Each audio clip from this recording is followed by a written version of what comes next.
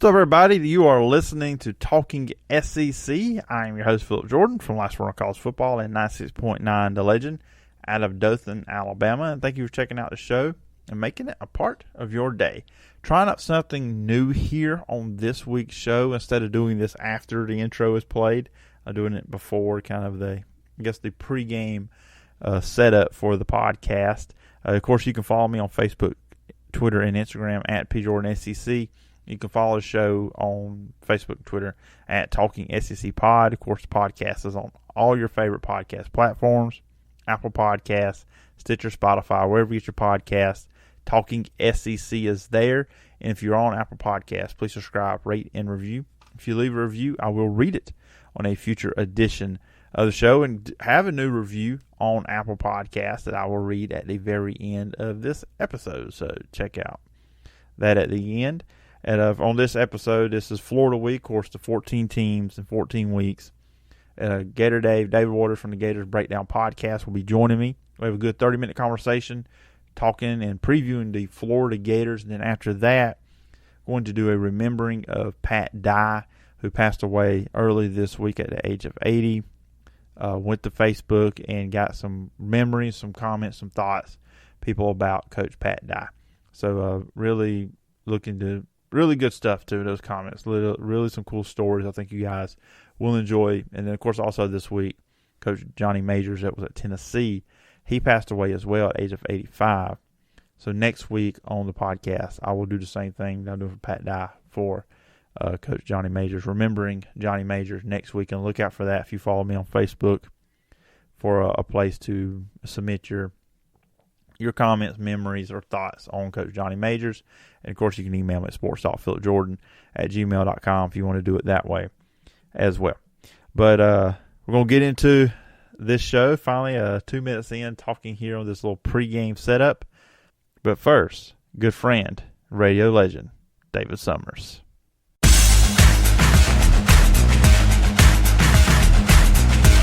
Welcome to Talkin SEC. Writer, photographer, and producer Phillip Jordan discusses the latest news and breaks down the biggest games with the best analyst around. Now, from Southeast Alabama, a state that knows its sports, here is Phillip Jordan.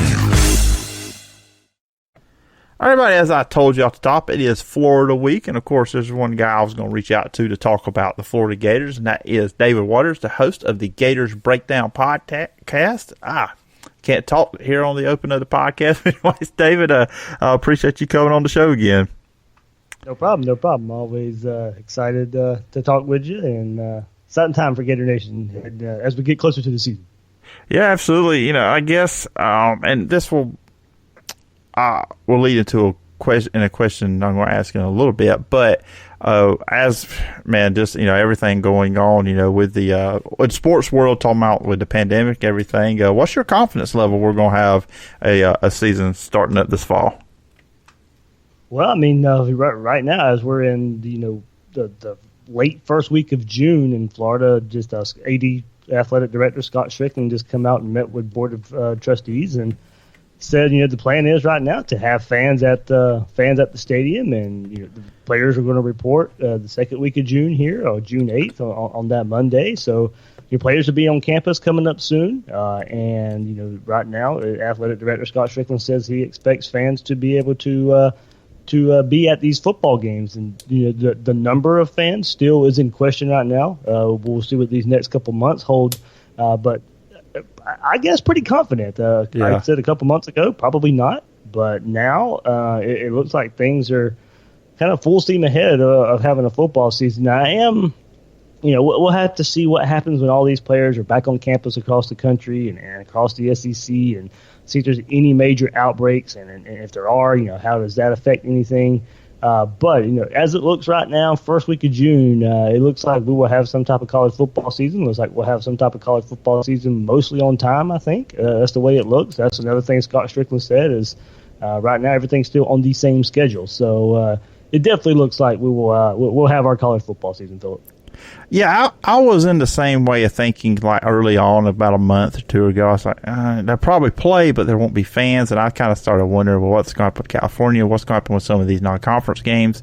Will they be played? Will we only have a conference team schedule? Which, hey, SEC, that's enough to prove that there should be a national champion if you go undefeated in SEC. We don't have to worry about that. Other conferences do. But, yeah, I'm in the same boat now. I believe there's going to be fans. How many, I don't know.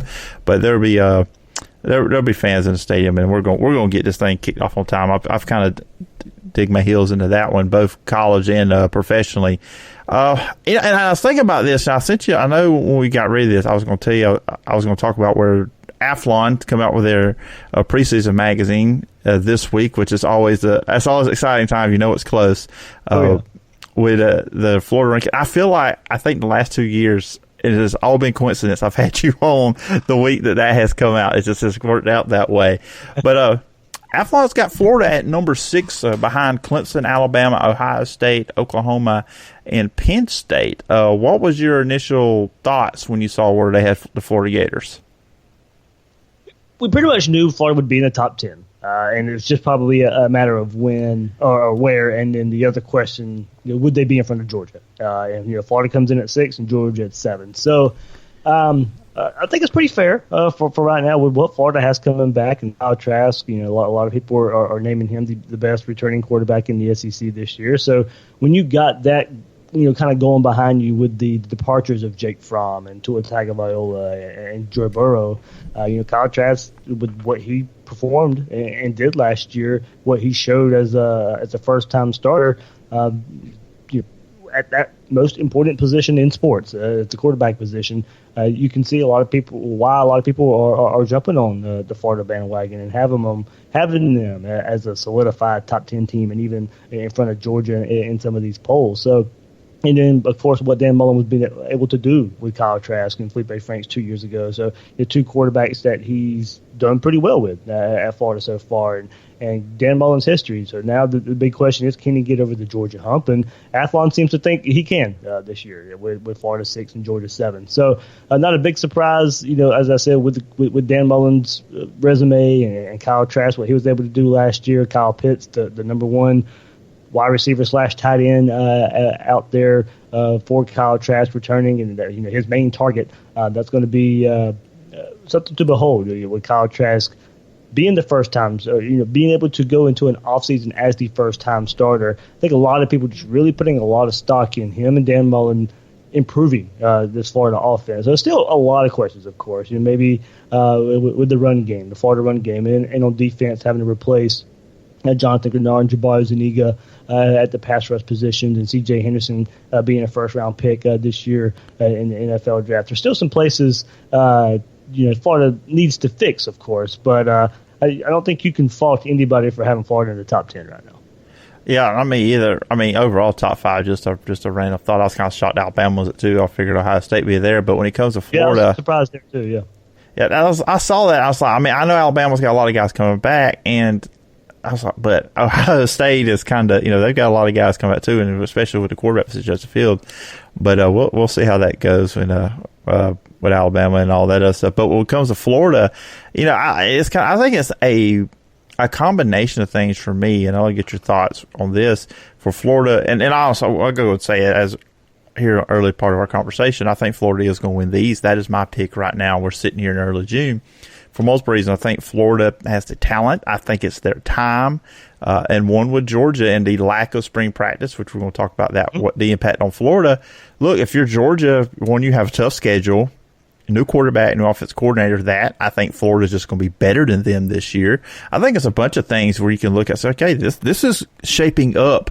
2020 could be the Gators' year. Yeah, and everything that you said and I said just a few minutes ago, but schedule plays a part in it too. And Florida, after having to play Auburn and LSU last year, to get a break this year in the SEC West and have to play Lane Kiffin and Ole Miss, along with having LSU at home this year with everything they have to replace. So I do think schedule plays a little bit into it as well. It's not easy in the SEC, but if you want to look at one of the easier SEC schedules, then Florida's probably that team that you'll look at. And so I think schedule does play a part in it too. I know we'll probably get to that a bit later as well, but I really do think that plays a part with Georgia having to play Alabama, having to play Auburn, both top tier of the SEC West right there. Georgia's schedule is a bit harder, and as you said, with everything they have to replace, Jamie Newman coming in at quarterback, Todd Monken the OC, and replacing so many offensive linemen and playmakers on the offensive side of the ball with Jake Fromm and DeAndre Swift. And look, they got that defense coming back, and probably the best defense in the country.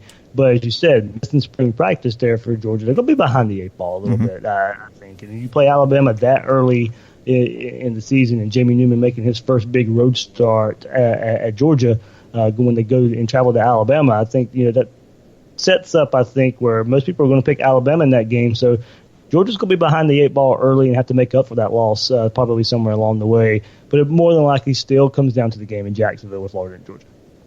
Yeah, of course, I just mentioned Georgia, their issues, lack of spring practice, how that can impact them when the season comes on. But look at Florida. What is a position group on this team that you see that may hurt them a little bit with development of their team, the lack of spring practice?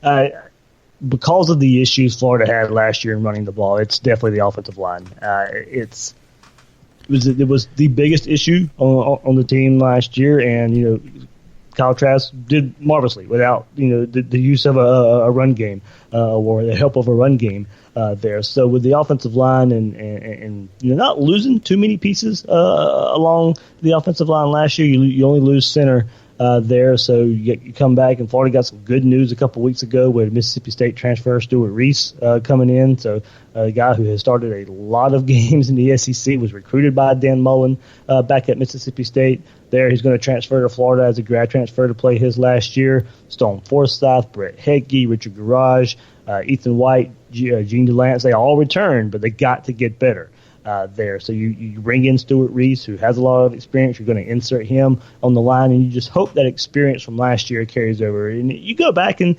look at what you saw in the Orange Bowl versus Virginia, and Florida ran the ball well. So hopefully that's a good sign that something they found something maybe in bowl practice, and it can carry over to this year. They're going to be better running the ball this year. I think just the degree is how much, and so I think missing spring practice, you were wanting to get some young guys like Kingsley Egwueken, Michael Tarquin, Joshua Braun, true freshmen there. You wanted to get them inserted so they could become important depth pieces along this offensive line, and you didn't get that this spring. Isaiah Walker transfers out. The guy he signed with Florida this past recruiting cycle.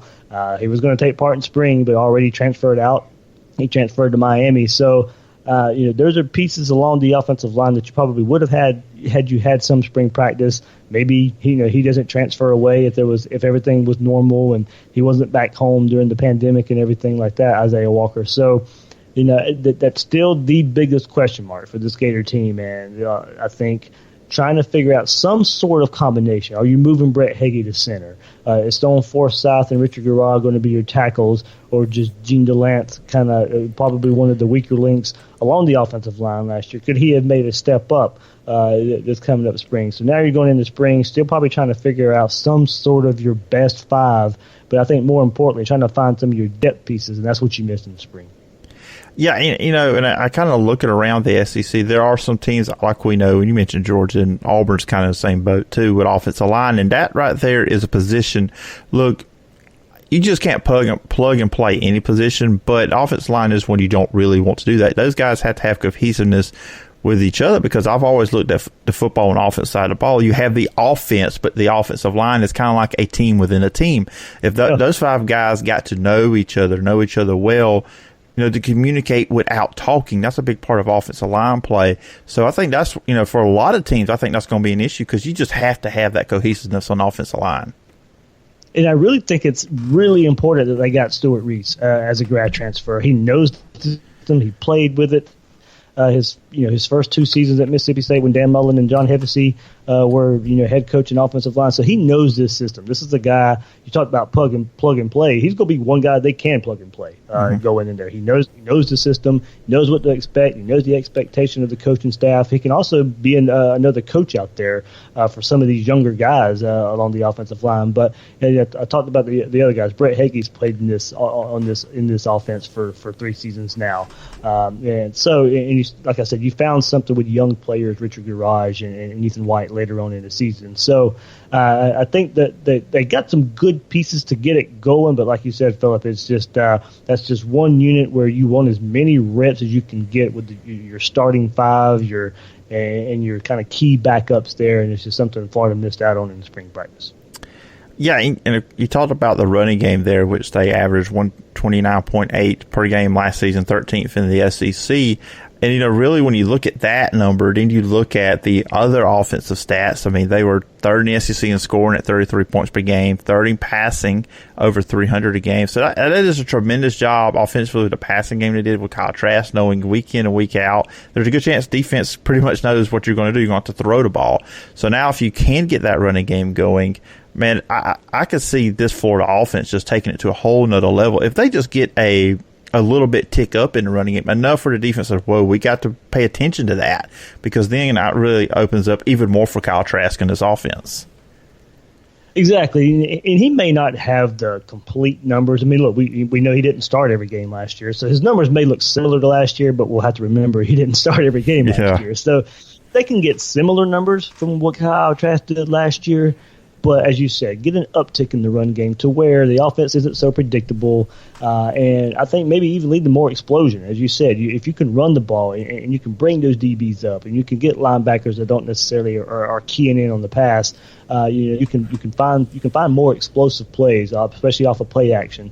You can get a run game going. So the Florida passing game, it may not be if you look at per game stats, may not be as high as last year, but I think you may see more explosion if this run game can get going. They got a big boost last week when Lorenzo Lingard was declared eligible there, so they got more depth at running back than they initially thought they probably would have.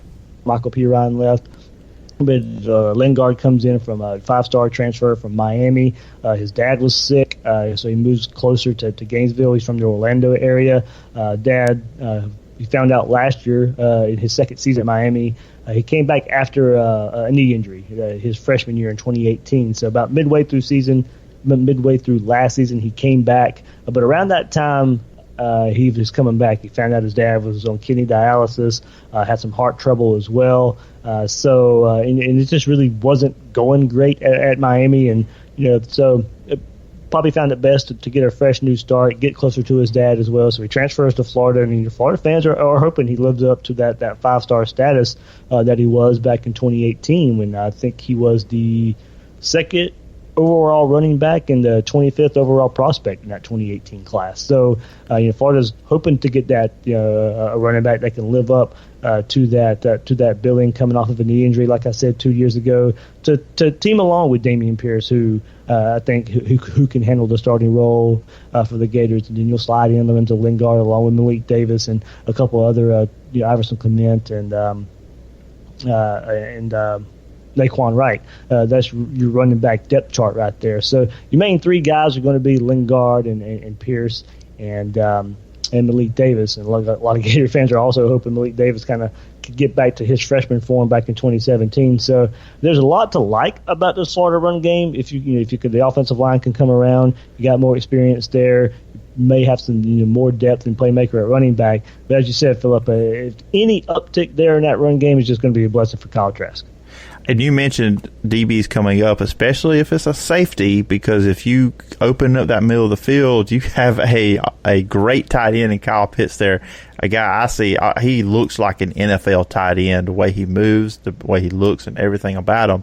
So we're probably going to be hearing a lot of the Kyle to Kyle combination there. But with Kyle Pitts there, I've seen some people write about these seniors for lost receiver, which I think they got some good guys on the outside too. But the Kyle Pitts thing, I'm really excited just as a football fan to see his development from last year to coming up this season too. Yeah, you hope it can keep up if you're a Gator fan and teams are not necessarily kind of just keying in on Kyle Pitts, but he can handle it. A lot of teams knew he was getting the ball last year, and they still couldn't stop it. In the biggest spotlight of last year when Florida traveled to Baton Rouge to play LSU at night, Kyle Pitts was, especially in the first half, a monster in that game and played well versus Georgia as well. It's there. So, he is he's going to be the key piece for this Gators offense. He's a mismatch waiting to happen. Can use some improvement there in the blocking game. We saw him improve that in the Orange Bowl. I talked about how well Florida ran the ball in the Orange Bowl last year versus Virginia, and part of that was because Kyle Pitts had a couple of key blocks in that game. But he does overall have to get better there. I mean, put it this way, he's already going to be one of the top tight ends drafted next year anyway, just based on his receiving talent alone. If he can get better as a blocker, then he just increases his value even more there. But also behind him at tight end, Keon Zipperer was a true freshman last year, and I know a lot of Gator fans are looking forward to seeing him on the field a bit as well. But when you look at what Kyle Trask is going to be looking for, as you mentioned, those receivers that left Florida, there's a lot coming back as well with Kyle Pitts and Trevon Grimes, Darius Toney. There's and Jacob Copeland. There's your main core of wide receivers there. Copeland's probably one of the guys I'm really keying on this year is for that big breakout where I think everybody in the country may end up knowing who he is by the time the season ends there. Him and Trevon Grimes both. But especially if teams are concentrating on Kyle Pitts so much, it's going to open up some of those other receivers in the Florida passing game. But I think with everything that Florida lost, those guys I just mentioned, that's still about 50% of almost 50% of the receiving yards and catches last year. So while Florida did lose a lot, they also bring a lot back there. Mm-hmm. Yeah, and I guess I'll say one thing on Kyle Pitts too. When you have a guy like that, and you're right, if he gets double teamed, that may be the only way to defend him. Then you open up with the receivers. But also with a guy like him, I mean, there's going to be very few teams they play on their schedule that have a guy that can probably stick him one-on-one. I mean, are you going to put a linebacker on him? Well, more than likely he's more athletic, faster than that linebacker. But if you put a DB on him, he's bigger than him, so he can almost become like a power forward and just box him out and go after the ball. So that's always intriguing when you have them type of tight ends like that too. Yeah, I mean, and they can line him up anywhere. I mean, I said, he's got to get better at blocking, but he can line up on the end line as a true tight end. They can put him out at slot. They can put him out outside. There are so many things that Dan Mullen's been able to tinker with a player like Kyle Pitts. Then, it's just it really is, to me, he's going to get his. He really is. But I think it's going to benefit those other receivers a lot as well. So, I look for players like I said, Jacob Copeland to be more of a household name by the time the end of the season. And does a player like Kadarius Toney, as electric as he is, can he find a way to become more of a true wide receiver, to get the ball even more? We know he's that gadget type of player. We know he can take some sweeps and some handoffs and some screens and make something happen out of nothing. But can he become more of a true wide receiver to get the ball even more, use his electric playmaking ability even more? I think that's one other big question this Gator receiving core has.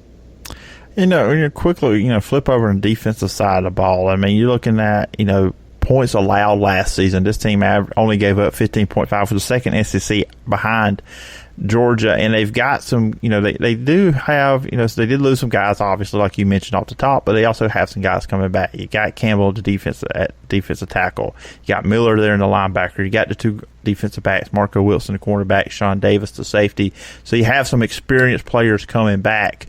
When you look at the defense, are there any concerns, or how do you see this defense shaping up when it comes up this season? They still got I think they feel pretty comfortable, and we'll go C.J. Henderson, since he was a first-round pick, in replacing him.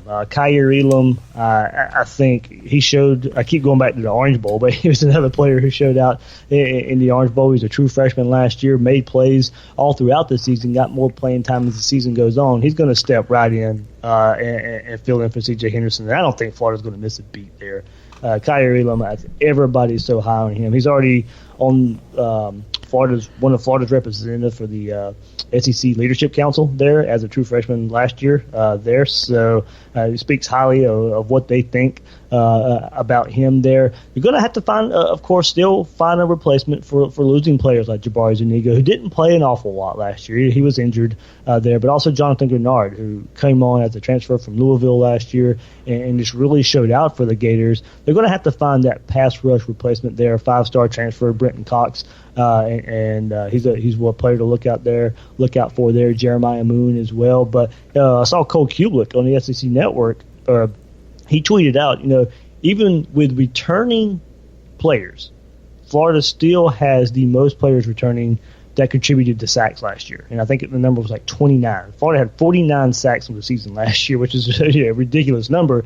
And they still, with losing Gennard and losing Zuniga, they still return 29 sacks from last year's team. And that leads the SEC still. So Florida's got a bevy of pass rushers out there. As I said, Jeremiah Moon returns there, and Mamu Diabate, who was a true freshman last year. I think those are two players, along with Brenton Cox, a transfer from Georgia. I think that's your three main guys you're going to look at in rushing the passer this coming up year in 2020 for the Gators. So that's probably the good part of it. Still, one worry, I think, and I absolutely get it, is Florida's got to get better at safety. They just so much inconsistency there.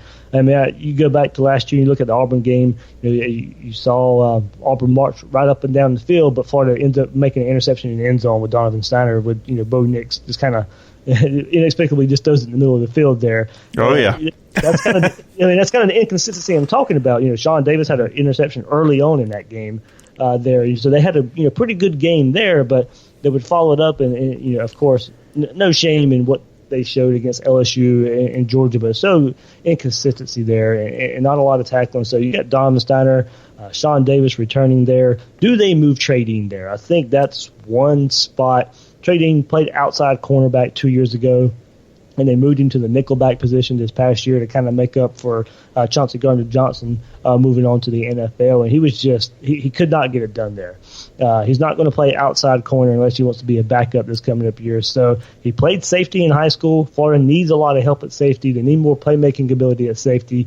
I think Trey Dean's the guy to look out for there, and trying to get more athleticism back there, maybe a little bit more consistency there as well. And Florida's got to figure out what they want to do at linebacker, of course, but with behind James Houston and Ventrell Miller. You mentioned those two guys there, but David Reese leaves. He was a leader on that team. He was the middle linebacker for the Gators, tackling machine the last couple of years for the Gators. So now the biggest, and he was a leader. He was the biggest leader on that defensive side of the ball. So Florida's got to find a way to I think get more playmaking ability at linebacker, but also make up for the leadership that David Reese leaves now that he's departing.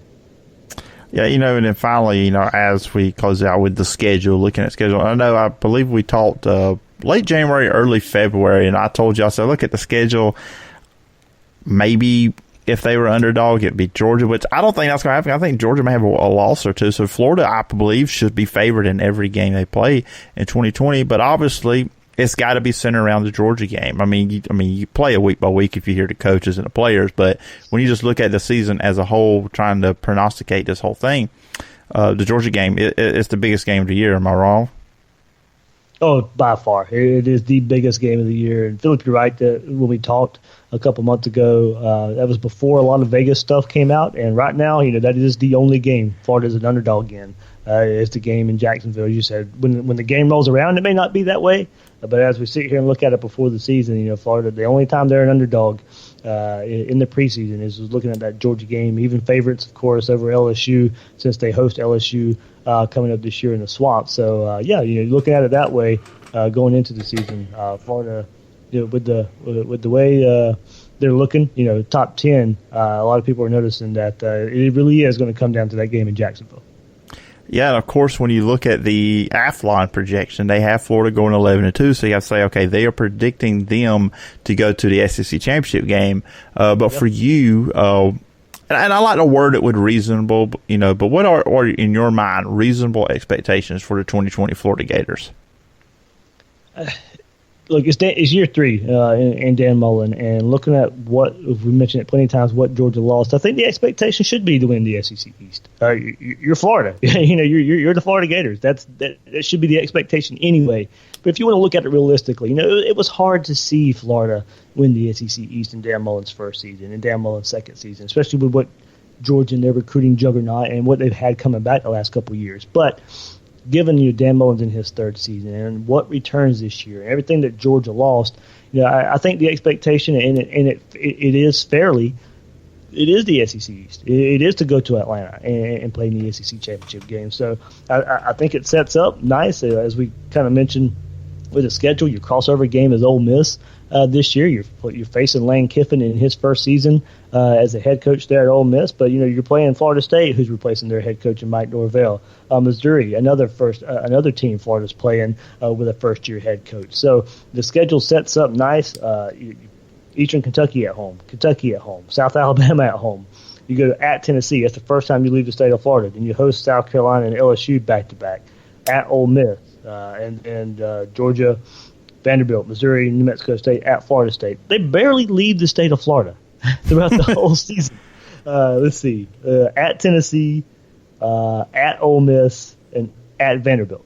It's because the Georgia game's in Jacksonville, and, of course, at so they barely even leave the state of Florida throughout the whole season. So the season sets up nice. The schedule sets up so good for the Gators, and they're a good team in their own right. Even with a harder schedule, I think a lot of people maybe picking Florida still to win the SEC East. But with this schedule, what they have coming back, Dan Mullen being in his third year, his reputation as a head coach, the expectation should be to win the SEC East.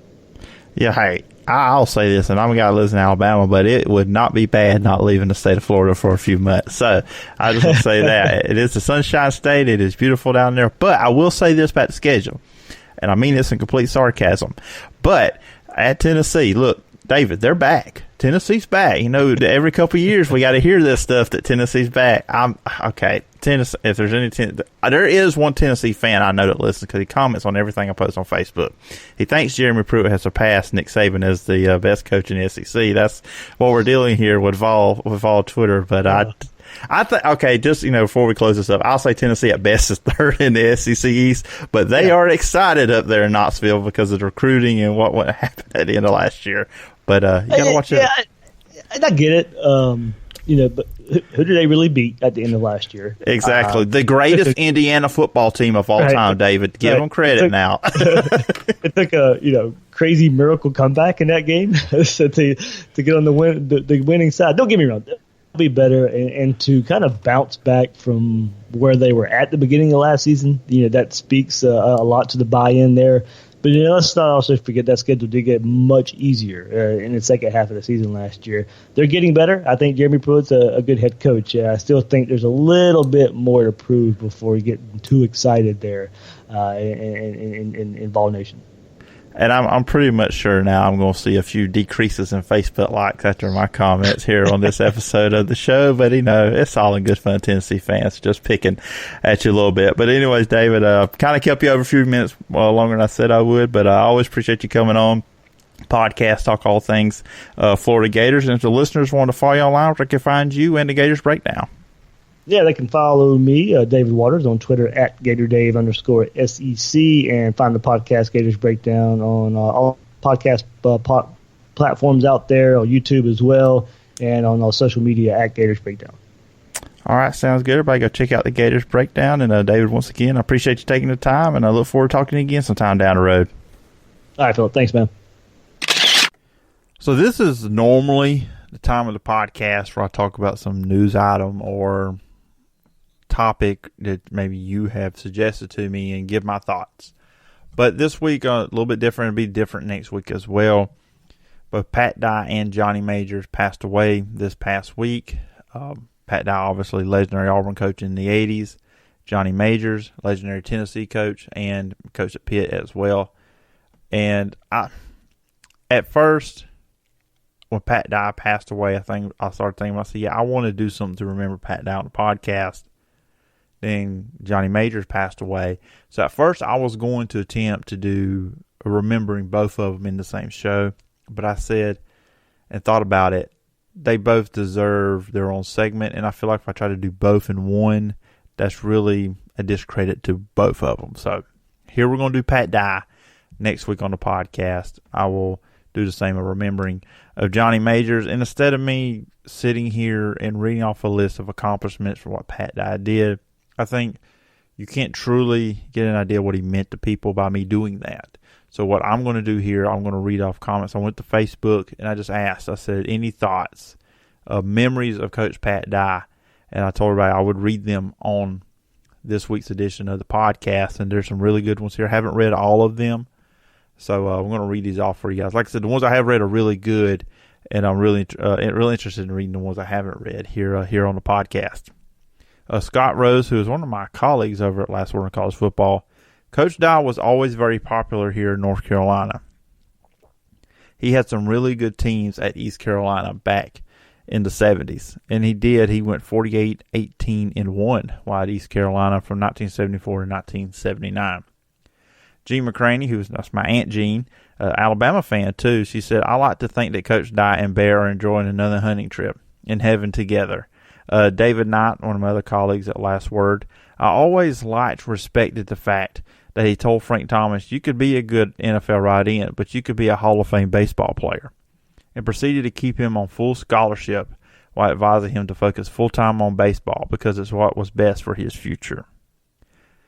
And look, Frank Thomas turned into one of the great baseball players. I mean, just another tremendous athlete to come through Auburn in the 80s because, of course, you had Bo Jackson, and you also had Charles Barkley as well. John Garrett from 95.5 WTVY. Very nice to me when I got him to autograph my Pat Dye book. Also, I cut Kia Auburn spots with him. David Kirkpatrick said, great storyteller for sure. The best guest on Feinbaum show for years. Vol fan here. Yeah, he had a long run there where he was a guest on Paul Feinbaum. And he also did guest spots down here in Dothan on the Game Plan with Lance Griffin on WOOF The Ball as well. Really always was intriguing to hear what Coach Pat Dye had to say, Auburn football, and just the SEC as a whole. He had some really interesting and some good thoughts. Beverly, you got your middle name here. I'm not going to attempt to say it because I do not want to mess it up, but last name is Cannon, Beverly Cannon. My friend Carol Thomas wrote this on her Facebook page today. I am so sorry to read of the death of Pat Dye. My Granny Harwell was a big Auburn fan, unlike most of our family. On Granny's 100th birthday, he called her on the phone, wrote her a letter, and sent her a gift of crystal. One Saturday, when she came home after a stay in the hospital, Granny did not ask if the Auburn game was on. She asked, is Pat Dye on yet? Rest in peace and War Eagle. Sheila Kid Rich, she had an interesting comment. A long one, too. This is some good stuff here. I always loved the fact that he called. My heart hurt when I heard about Coach Dye today. Part of our family is gone, but his legacy will live on. I started Auburn in 1982, and he helped make my days at Auburn some of the best days of my life. So many memories from the decade of the 80s. I have two personal memories of Coach Dye that I would like to share. My friends know the stories because I tell them quite often. It was a week or so before the national championship game in Glendale. That was back to 2010 season. We had airline tickets, but still no tickets. We were going with or without tickets. I had emailed and called everyone in Auburn that I could think of asking for tickets, which included Coach Dye. One morning I called the Auburn ticket office again asking for tickets, and once again they told me, no, we don't have any extra tickets. About an hour later, I was driving down 280. I got a phone call, and thankfully I answered because I recognized it as an Auburn number. He said, Sheila, it's Coach Dye. There was no mistake in that voice. He had no tickets for me, but he did call me to let me know.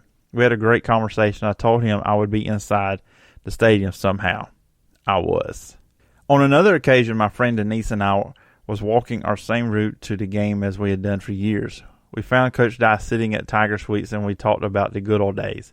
I told him I was at Auburn as a freshman in 1982 when we both smiled because we knew it was the best of times. He said we had a good time back then, and I said, yes, Coach, we did. Those days were the best. My prayers are with his family. My prayers are with the Auburn family. Today we lost a legend and a great Auburn man. Jason Mullins. So I am from Dothan, and when I was about 13, my father and I went to a 8A game. We stood in line to get Coach's autograph, and when we came up to his table, he asked us to sit down with him. Just me and my dad for some reason. He was so genuine and took his time and just chit-chatted with us, and I was in hog heaven. I was so big as a 13-year-old, he joked around and said, hey, you got any eligibility left? We all had a good laugh. I later got recruited to play football for Auburn, but in the end it was not going to get a full scholarship.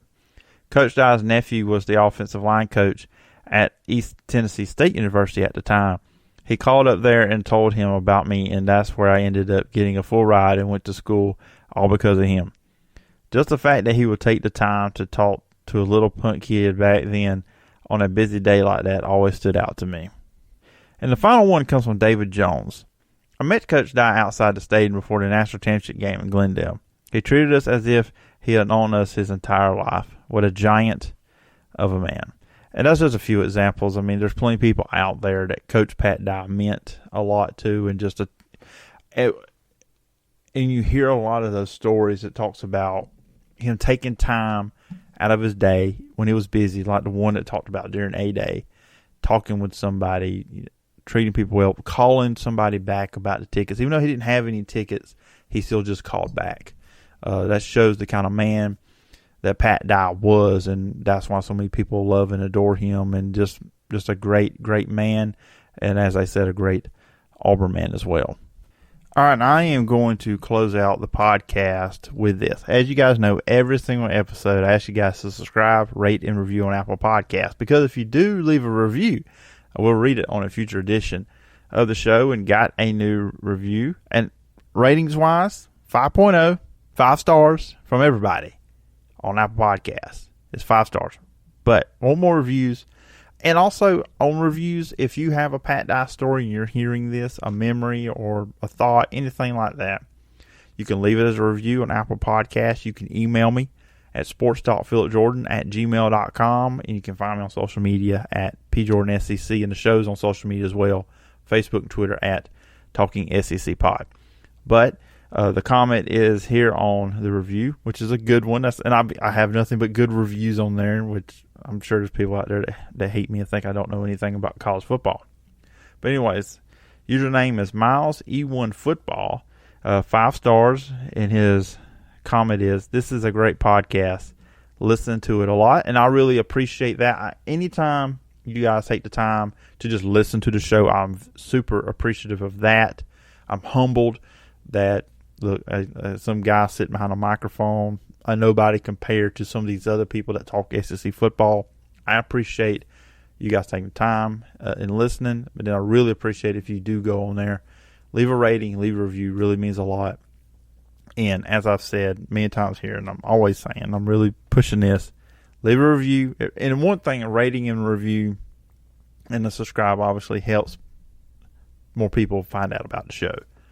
So I really appreciate that comment. Just I'll continue to try to do better and put out some pretty good shows for all you guys. And I do appreciate you taking the time and doing that and listening to show as always. Another thank you once again to David Waters, the host of Gators Breakdown. Always a good time to have David on the show. And next week will be Georgia week, so previewing Georgia and do a segment like I did Pat Dye. We'll be remembering Johnny Majors. This is a Friday pod. Don't use drop on Friday, but later in the week. Hope you guys enjoyed it.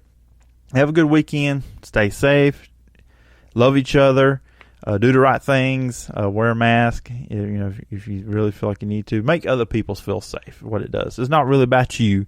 It's about other people. And just let's just take care of each other. Let's love each other. And remember, we are all God's children, and He loves us all. So we need to love each other. Anyways, guys, I'm going to get out of here. I hope everybody has a great weekend. Till next time. Bye-bye.